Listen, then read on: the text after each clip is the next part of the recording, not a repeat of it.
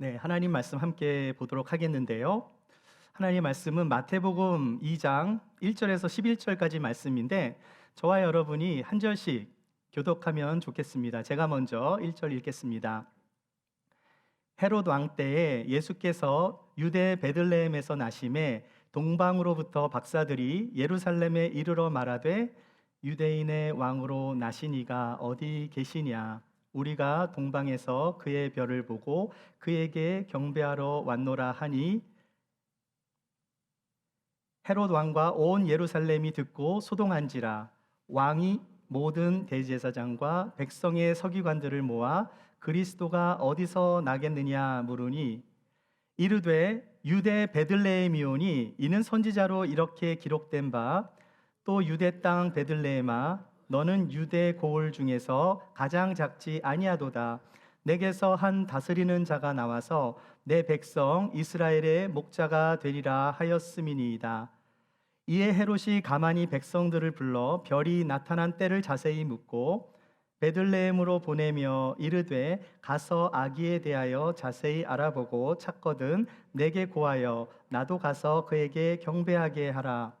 박사들이 왕의 말을 듣고 갈새 동방에서 보던 그 별이 문득 앞서 인도하여 가다가 아기 있는 곳 위에 머물러 서 있는지라. 그들이 별을 보고 매우 크게 기뻐하더라. 우리 함께 다 같이 읽겠습니다. 집에 들어가 아기와 그의 어머니 마리아가 함께 있는 것을 보고 엎드려 아기께 경배하고 보배합을 열어 황금과 유향과 몰약을 예물로 드리니라. 아멘. 네, 오늘은 기쁨의 성탄 주일입니다. 우리 옆에 분과 함께 다시 한번 성탄 인사 나누면 좋겠는데요. 우리 메리 크리스마스 한 번 더 인사 한번 나누실까요? 메리 크리스마스. 네. 제가 지난주에도 말씀을 나누었지만, 네, 메리 크리스마스. 무슨 뜻이죠? 즐겁게 예수님을 예배합시다. 메릴리 크라이스트, 그 다음에 끝에 미사를 뜻하는 마스. 그래서 예배를 뜻하는 미사, 마스죠. 그래서 주님을 예배합시다. 즐거운 마음으로 주님을 예배합시다. 오늘 찬양 부른 찬양 중에 노엘, 노엘. 여러분, 노엘의 뜻이 뭐죠? 노엘? 네, 크리스마스. 프렌치로 크리스마스라는 뜻이죠. 스페니쉬로는 어떻게 할까요? Feliz Navidad. 네, Feliz Navidad. 포르투기. 펠리스 나탈, 네, 펠리스 나탈이라고 그러고요. 예수님을 축하하는 언어는 전 세계마다 달라요. 하지만 의미는 같습니다. 무슨 뜻이에요? 메리 크리스마스라는 같은 뜻을 가지고 있어요. 자, 그렇다면 성탄절의 주인은 예수님이어야 하는데 갤럽 조사에서 크리스마스 하면 떠오르는 단어 1위가 무엇이었을까요? 산타. 네. 예전에 ANC 오늘리 교회 장로님 중에 한 분이 자동차로 미국 여행을 가고 계셨거든요. 근데 갑자기 이 순록이 갑자기 뛰어들어와서 자동차랑 부딪힌 거예요. 앞면이 다 이렇게 큰 사고가 났는데 장로님이 이제 911에 전화를 한 거예요. 그래서 지금 이 순록하고 부딪혀서 이제 짐승하고 부딪혀서 사고가 났는데 이거 어떻게 하면 좋겠냐 그랬더니 전화를 받으신 분이 무슨 짐승하고 부딪혔냐, 이 짐승 이름을 모르겠다라는 거예요. 근데 생각해 보니까 갑자기 생각난 게 있어가지고 내가 이 짐승에 대해서 아는 노래가 있는데 뭐라고 노래했냐면 네, 뭐라고 했을까요? 루돌프 사슴코는 그 노래를 부르니까 레인디어 알아들었다라는 거예요. 그래서 여러분 순록은 영어로 뭐예요? 레인디어입니다. 안타깝게도 장로님 차에 부딪혀 죽은 순록은 코가 반짝이지 않았어요. 크리스마스 하면 떠오르는 단어 1위는 산타예요. 2위는 뭘까요? 2위는 선물입니다. 그렇다면 예수님은 3위일까요? 아니요. 3위는 크리스마스 트리고요. 예수님이 네 번째입니다. 최근에는 여행을 가시는 분들이 많아지면서 조만간 예수님은 5위로 밀려날 것 같아요. 요즘 성탄절 인사가 이제 해피 할리데이로 바뀌어 가고 있는데 사실 성탄절이 누구 때문에 공휴일이 된 거죠? 예수님 때문에 공휴일이 된 건데, 그렇지만 성탄절의 주인이 더 이상 예수님이 아닌 세상에 우리는 살아가고 있는 것 같아요. 자, 그렇다면 지금으로부터 2000년 전에 예수님이 이 땅에 오셨을 때 세상 사람들의 반응은 어떠했을까? 그 말씀을 오늘 하고 있는 거예요. 오늘 본문을 보시면 여러 종류의 사람들이 등장합니다. 각기 다른 사람들이 왕이 오셨다는 이야기를 들었을 때 반응들이 달랐어요.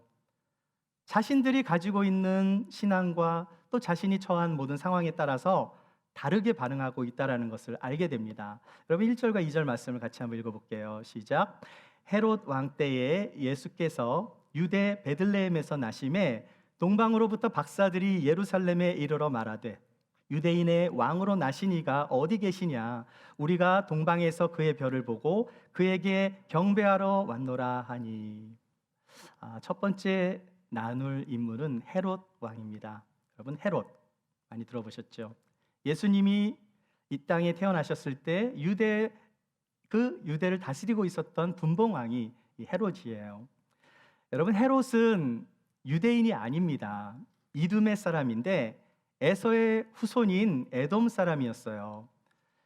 이 헤롯의 아버지인 안티파테르가 로마의 그 내전에서 뛰어난 이 외교력을 이렇게 발휘하면서 로마 시민권을 얻게 돼요. 그리고 또 정치적으로도 이 로마 이 원로원의 그 신임을 얻게 되면서 그의 아들 헤롯을 이렇게 권력자로 만들어 준 거예요.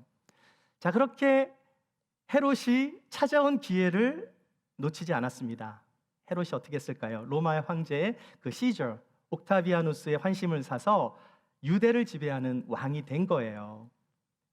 이방인인 에돔 사람이 유대의 왕이 되었는데 정치를 잘하는 왕이었기 때문에 그 자신이 가졌던 컴플렉스를 만회하기 위해서 그 예루살렘의 성전을 아름답게 증축하면서 유대인들의 마음에 환심을 산 거예요. 자, 이런 상황에서 헤롯은 동방에서 박사들이 예루살렘에 오니까 사람들이 막 구경하며 왔겠죠. 막 소문, 이 사람들이 왜 왔을까? 그런데 갑자기 이 사람들이 와가지고 뭐라 그래요? 유대인의 왕으로 나신 이가 누구냐?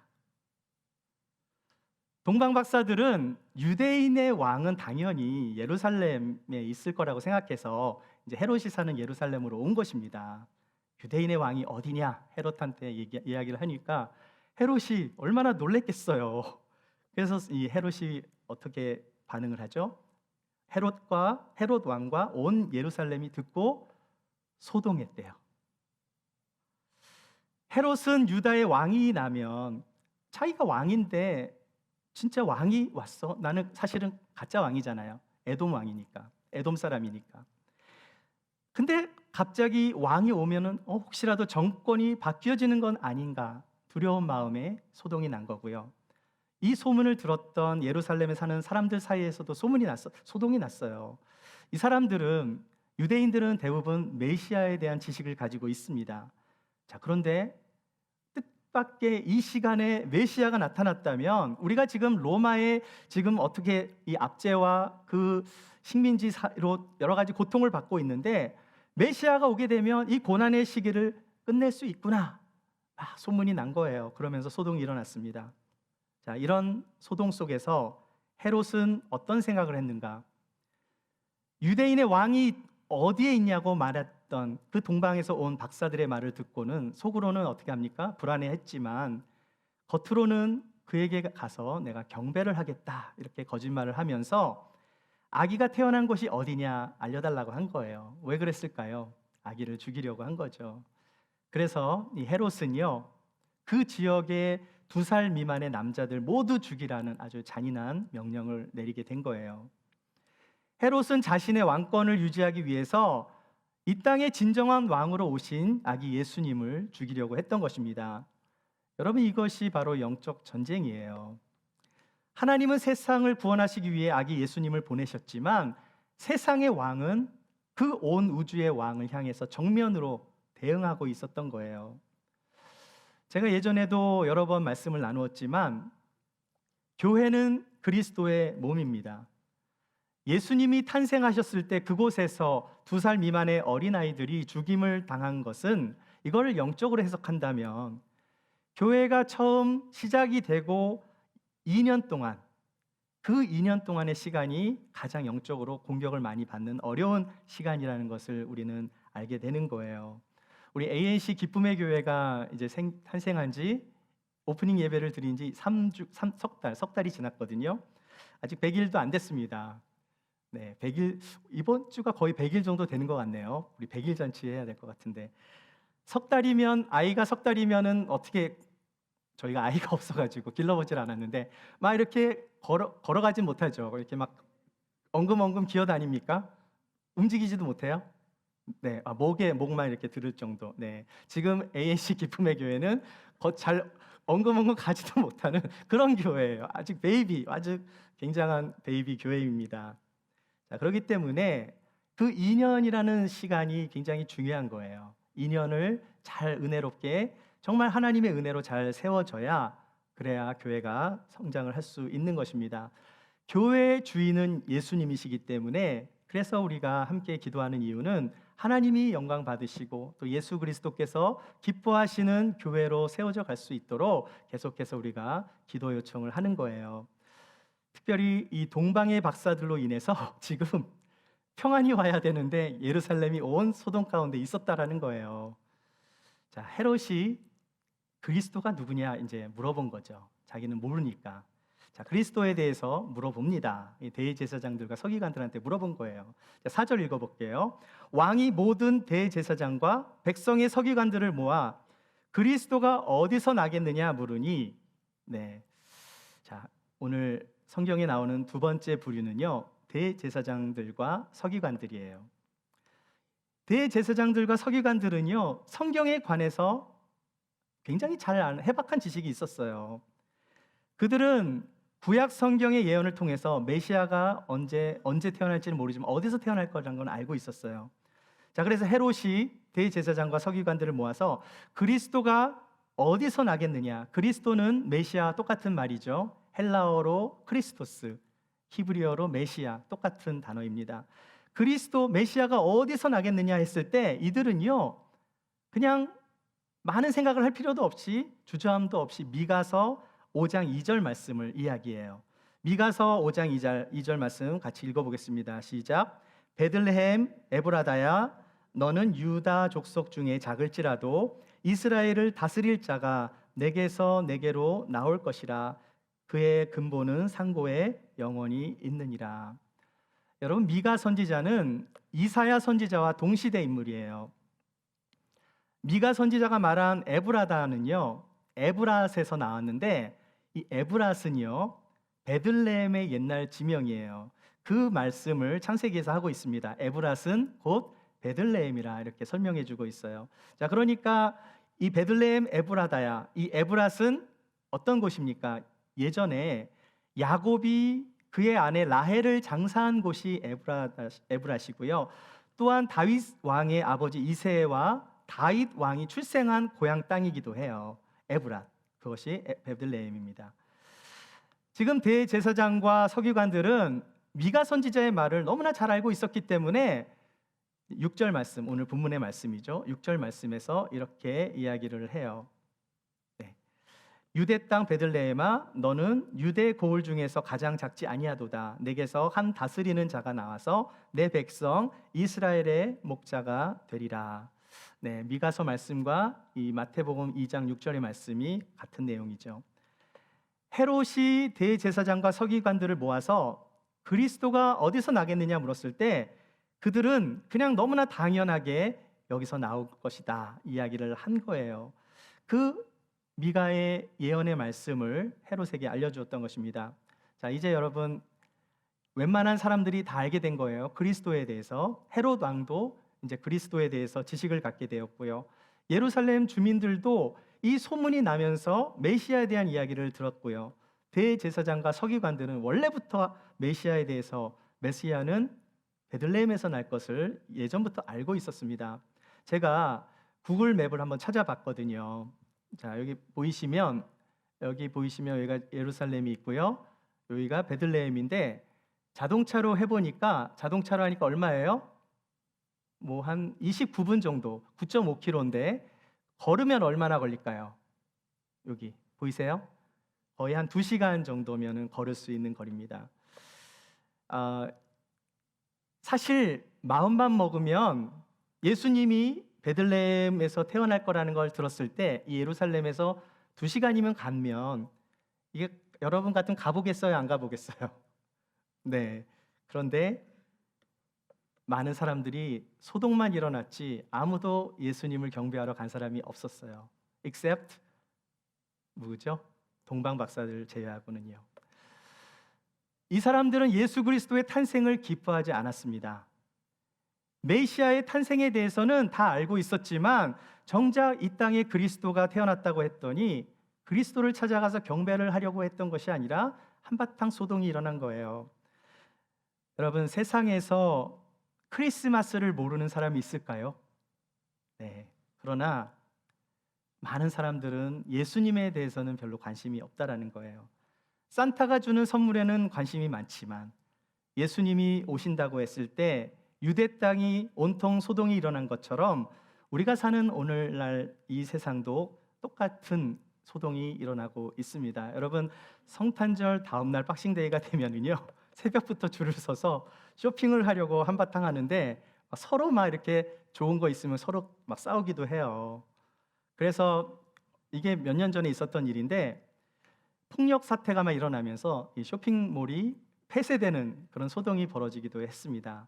박싱데이가 뭐예요? 선물을 포장하는 거잖아요. 그런데 이 박싱데이가 이 싸우는 박싱이 돼버린 거죠. 가장 많은 음주운전이 일어나는 때가 이때입니다. 가장 많은 파티와 쇼핑이 이 기간에 벌어지고요. 뿐만 아니라 이때가 가장 많은 온갖 범죄들이 일어나는 때이기도 해요. 사랑하는 여러분, 성탄을 맞이하는 그리스도인들은 성탄 연휴와 그 세상의 파티와 소동에 반응을 하는 것이 아니라 예수님께 반응해야 될 줄 믿습니다. 예수님께서 왜 이 땅에 오셨는지 그 의미를 다시 한번 우리가 깨달아야 하는 것입니다. 오늘 본문을 보시면 이 사건을 가지고 온 사람이 누구죠? 동방 박사들이에요. 이 동방 박사 9절과 10절 말씀을 같이 한번 읽어볼게요. 시작. 박사들이 왕의 말을 듣고 갈새 동방에서 보던 그 별이 문득 앞서 인도하여 가다가 악이 있는 곳 위에 머물러 서 있는지라 그들이 별을 보고 매우 크게 기뻐하더라. 여러분, 동방 박사의 정체를 아세요? 동방은 어디를 말하는 것일까요? 이스라엘에서 동방이라는 것은 이 메소포타미아의 바벨론이나 페르시아 지역을 말해요. 여러분, 박사라고 하는 것은 헬라어로 마고스인데요. 이거를 영어로 이제 하면은 복수형으로 박사들 할 때 메자이라고 하고요. 이들은 당시 천문학을 연구하던 박사들이에요. 철학과 천문학을 연구하던 사람들인데 때로는 이 왕의 자문관의 역할도 했던 사람들이고 또 때로는 이 왕을 세우는 일에 참여했던 그 사람들이 바로 이 메자이들입니다. 자, 그런데 궁금하잖아요. 이 동방에 사는 이 박사들이 어떻게 메시아에 대한 정보를 얻었고 또 별을 따라서 어떻게 유대 땅까지 왔는가 신기하지 않아요? 자, 그런데 한 가지 추측할 만한 사건이 있어요. BC 605년도에 바벨론이 유대를 이제 여러 번 쳐들어오면서 느부갓네살 왕한테 잡혀간 유다 백성들이 대략 한 5만 명 정도 되었는데요. 그 그룹 속에 귀족 출신 소년이 있었는데 그 소년의 이름이 뭐예요? 다니엘입니다. 이 다니엘은요, 어떤 사람인가? 하나님이 이 네 소년에게 다니엘의 세 친구들이 있었죠. 학문을 주시고 모든 서적을 깨닫게 해주시고 지혜를 주셨대요. 다니엘은 또 모든 환상과 꿈을 깨달아 알더라. 다니엘은요, 하나님이 부어주신 특별한 은혜가 있었어요. 지혜의 은사가 있었고요, 말씀을 깨닫는 은사가 있었고 하나님의 뜻을 이해하는, 하나님을 경외하는 소년이었어요. 자, 당시 다니엘이 바벨론 왕 앞에 섰을 때 그의 지혜와 총명은 바벨론의 모든 박수와 술객보다 정말 10배는 더 뛰어나다, 10배는 더 뛰어나다라고 성경은 말하고 있습니다. 그리고 왕이 자신의 꿈을 꾼 것을 모든 사람들한테 이야기를 했지만 다니엘만 그것을 해석했거든요. 그리고 나서 다니엘의 능력을 확인한 느부갓네살 왕이 이렇게 이야기를 해요. 2절, 다니엘서 2장 48절 읽어볼게요. 왕이 이에 다니엘을 높여 귀한 선물을 많이 주며 그를 세워 바벨론 온 지방을 다스리게 하며, 바벨론의 온 지방을 다스리게 했대요. 마치 요셉처럼 이 바벨론을 통치할 수 있는 권세를 준 거예요. 그리고 또 바벨론 모든 지혜자의 어른으로 삼았다. 여러분, 성경에서 말하는 이 바벨론의 모든 지혜자들이 어떤 사람들이에요? 그들이 바로 메자이들인 거예요. 그러니까 바벨론이 그 모든 지혜자들의 어른으로 삼았다. 모든 지혜자들이 다니엘 밑에 있었다라는 거죠. 다니엘은 바벨론이 무너지고 나서 페르시아의 시대가 왔을 때에도 페르시아 제국의 수석 총리로 임명이 돼요. 당시 페르시아의 초대 왕이었던 고레스 왕이 이스라엘 백성들을 이제 고향 땅으로 보내줍니다. 근데 다 돌아간 게 아니에요. 1차, 2차, 3차에 걸쳐서 귀향을 했는데, 그럼에도 불구하고 다 돌아간 게 아닙니다. 이미 외국 땅의 털을 잘 잡고 있고, 또 다니엘처럼 또 이렇게 이 어떤 특별한 특권층, 뭐 이렇게 다스리는 그런 층에 있었던 사람들은 돌아가기가 힘들잖아요. 계속 남아 있었던 거죠. 그렇기 때문에 이 페르시아, 바벨론에도 있었고 페르시아로 넘어가면서 페르시아에 있었던 유대인들이 굉장히 많았던 거예요. 한번 생각해 보세요.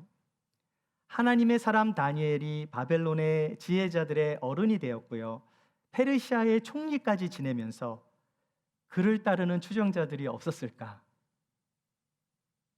많은 사람들에게 다니엘은 믿음의 영향력을 주었을 거예요.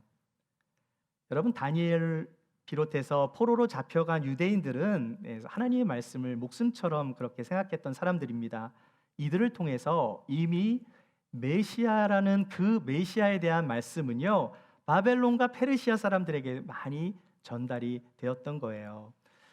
여러분, 민수기 말씀을 보시면 내가 그를 보아도 이때의 일이 아니며 내가 그를 바라보아도 가까운 일이 아니로다. 여기서부터 읽어볼게요. 시작. 한 별이 야곱에게서 나오며 한 규가 이스라엘에게서 일어나서 모압을 이쪽에서 저쪽까지 쳐서 무찌르고 또 셋의 자식들을 다 멸하리로다.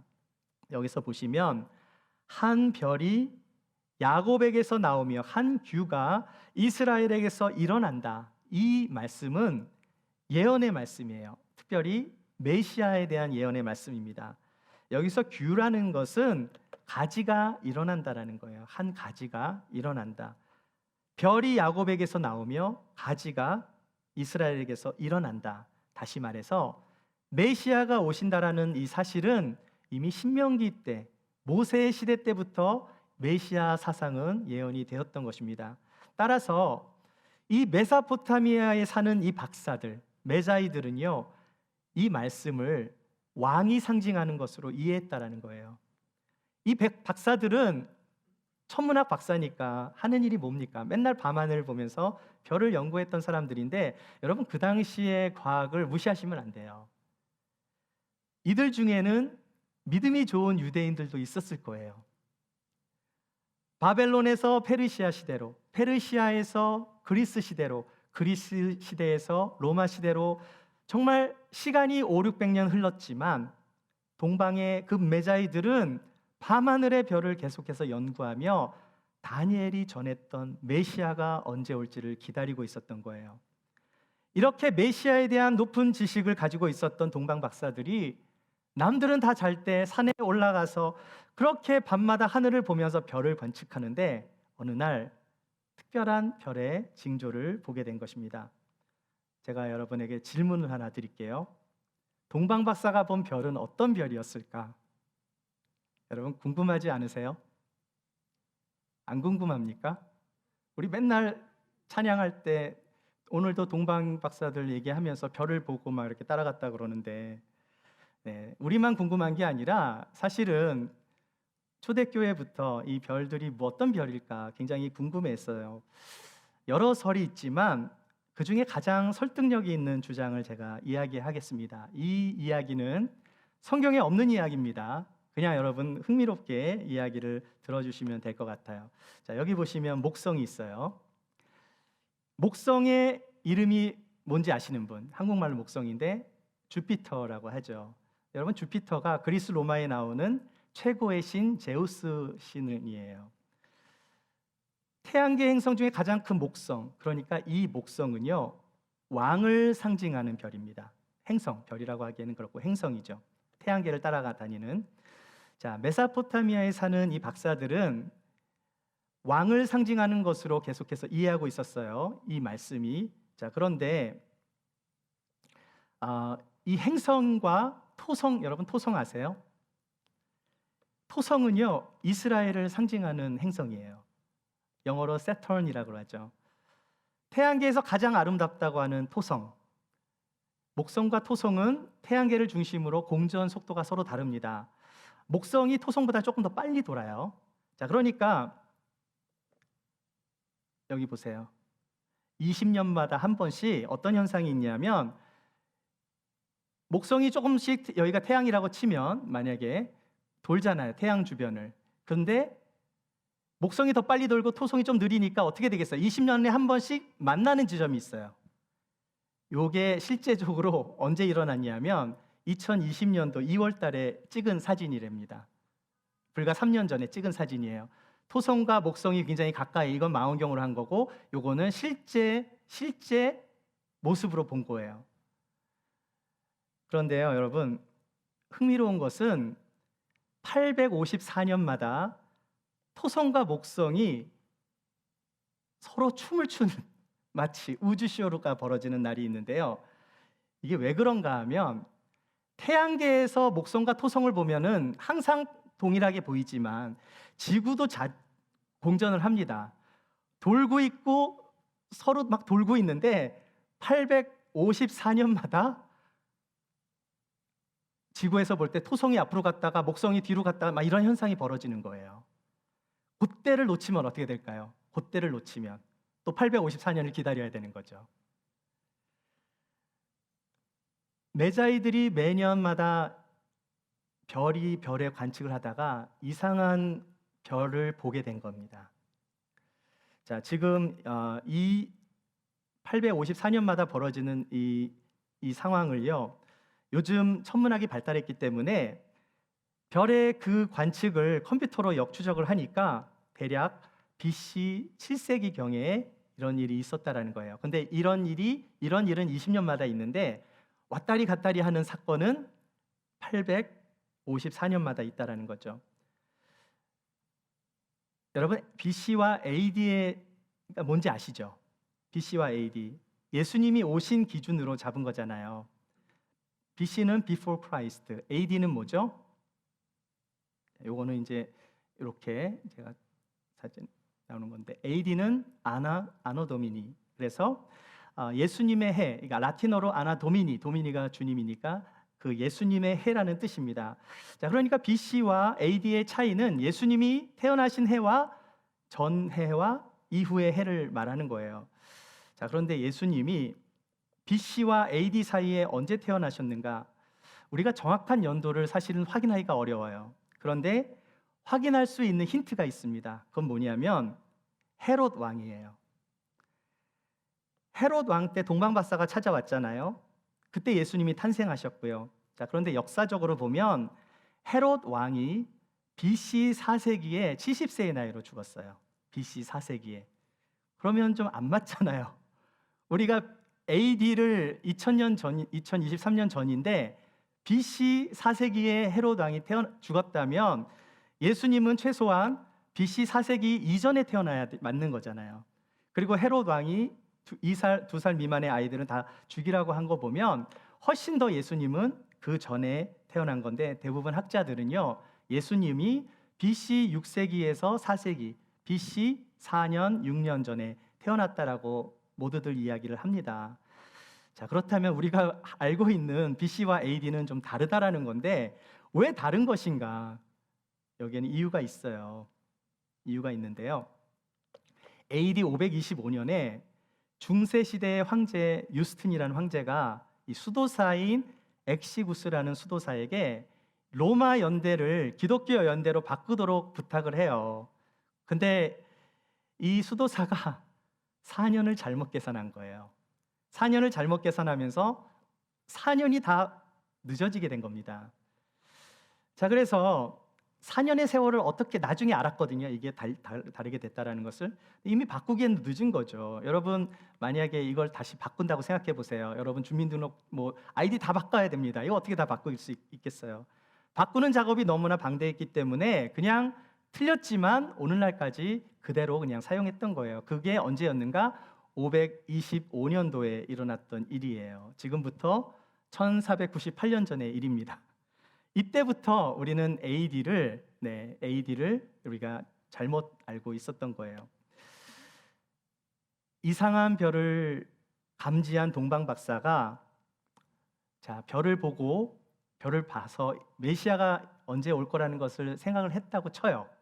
그런데 이 사람들이 무리를 데리고 예루살렘까지 오는 게 쉬울까요? 어려울까요? 과연 쉬울 수 있을까? 예루살렘에 그 징조가 나타났을 때 동방 박사들은 메시아를 만나기 위해서 험한 광야와 사막을 지나 1000마일이나 되는 그 거리를 여행하고 왔다라는 거예요. 그뿐만이 아니었어요.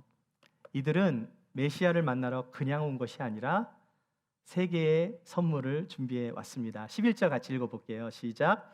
집에 들어가 아기와 그의 어머니 마리아가 함께 있는 것을 보고 엎드려 아기께 경배하고 보배합을 열어 황금과 유향과 몰약을 예물로 드리니라. 동방 박사들이 세 개의 선물을 가지고 왔습니다. 뭐예요? 황금과 유향과 몰약을 가지고 왔기 때문에 영화나 드라마를 보시면 동방 박사들이 3명 이렇게 나오는 그런 거를 많이 보게 되는데 사실 그렇지 않아요. 동방 박사들이 먼 길을 오게 될 때 얼마나 강도의 위험과 여러 가지 어려움이 있고 먹을 것도 가져가야 되고 그렇게 수천 킬로를 온다는 것은 3명 가지고는 안 돼요. 분명히 보호를 받아야 하기 때문에 함께하는 일행들이 더 많았을 거예요. 아무튼 동방 박사들이 가지고 온 선물은 3가지입니다. 아기 예수를 보자 아기 예수에게 경배하고 보배합을 열어서 3가지 선물을 드렸어요. 여러분 놀라운 사실은 황금은 왕권을 상징하는 예물이에요. 유향은 어떤 게 유향일까요? 이게 유향입니다. 이게 몰약이고요. 유향은 선지자나 제사장한테 사용하는 귀한 예물이고요. 몰약은 죽은 자의 시신을 염할 때 바르는 약품이에요. 여러분 신기하지 않아요? 예수님이 온 세상을 다스리시는 만왕의 왕인 것을 그들이 알고서 왔는데 그냥 온 곳이 아니라 황금과 유향과 몰약을 가지고 왔다라는 거예요. 몰약이라는 것은 예수님이 십자가에서 고난을 받으실 것을 준비하고 그 장사를 위해 먼 곳에서부터 귀한 선물을 가지고 왔다라는 것입니다. 아이러니한 것은 동방 박사들이 메시아를 보러 온 오랜 세월을 연구하며 기다리며 별을 보고 목숨을 다하여 유대 땅까지 왔는데 정작 유대에 와 보니까 아기 예수님께는 관심이 없었다라는 사실이에요. 우리가 성경을 안다고 해서 다 성경적으로 살지는 않는 것 같아요. 하나님의 말씀을 안다고 해서 다 하나님의 뜻대로 살지는 못합니다. 그러나 중요한 것이 있어요. 여러분 믿음이 뭘까요? 믿음은요, 하나님의 말씀대로 사는 것이 믿음입니다. 아는 것으로만 끝나는 것은 지식으로밖에 남지 않는 거예요. 예수님을 알았지만 경배하지 않았던 수많은 사람들이 있었다는 것을 기억해 보아야 합니다. 아는 것과 행함이 따르는 것은 다른 것입니다. 내가 말씀 안에서 그 말씀이 내 안에서 역사하고 있는가, 말씀대로 내가 살아가고 있는가, 그것이 바로 믿음인 거예요. 동방 박사들이 왜 선물을 준비했겠습니까? 그들은 별을 보고 나서 메시아를 만날 것이라는 확신이 있었어요. 그것을 믿은 것입니다. 그 믿음이 그들의 마음을 움직여서 그 먼 곳으로부터 선물을 가지고 올 수 있었다라는 거예요. 여러분 성경을 보시면, 특별히 마태복음 보시면 예수님의 족보가 나와요. 42대 족보 중에 여인이 5명 등장해요.